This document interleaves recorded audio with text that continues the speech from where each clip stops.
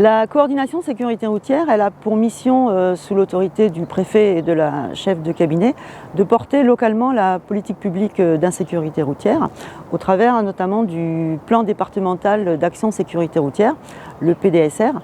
Et pour mettre en œuvre ce PDSR, on a donc un réseau de partenaires institutionnels qui sont les collectivités territoriales, des associations, le monde de l'entreprise, d'autres services de l'État comme par exemple l'éducation nationale, et également un réseau de bénévoles qui sont nommés par le préfet. Tous ces partenaires institutionnels, on travaille avec eux dans l'organisation d'actions de sensibilisation à travers divers publics et sur des enjeux tels que l'alcool, stupéfiants, les distracteurs, la vitesse. Ça peut être aussi des actions qui sont initiées par le préfet, comme des journées moto qu'on organise plusieurs fois dans l'année ou notamment la journée des lycéens. Donc en 2022, on a pu ainsi mener une quarantaine d'actions et on a touché à peu près 15 000 personnes sur cette thématique-là.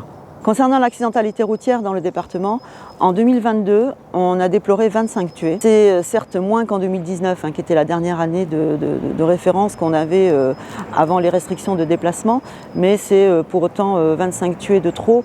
Et dans les causes de ces accidents, on retrouve en premier lieu le facteur comportemental.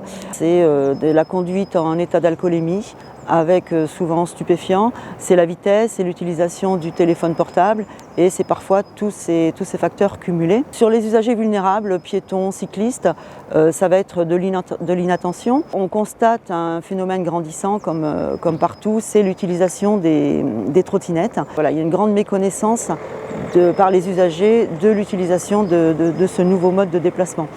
Donc la feuille de route que l'on se fixe pour les 5 prochaines années à venir, dans le cadre de l'élaboration du nouveau document général d'orientation, ça va être de continuer à lutter contre cette insécurité routière en travaillant sur les enjeux tels que l'alcool, les conduites addictives en général, les usagers de roues motorisées et notamment ce nouveau mode de déplacement doux.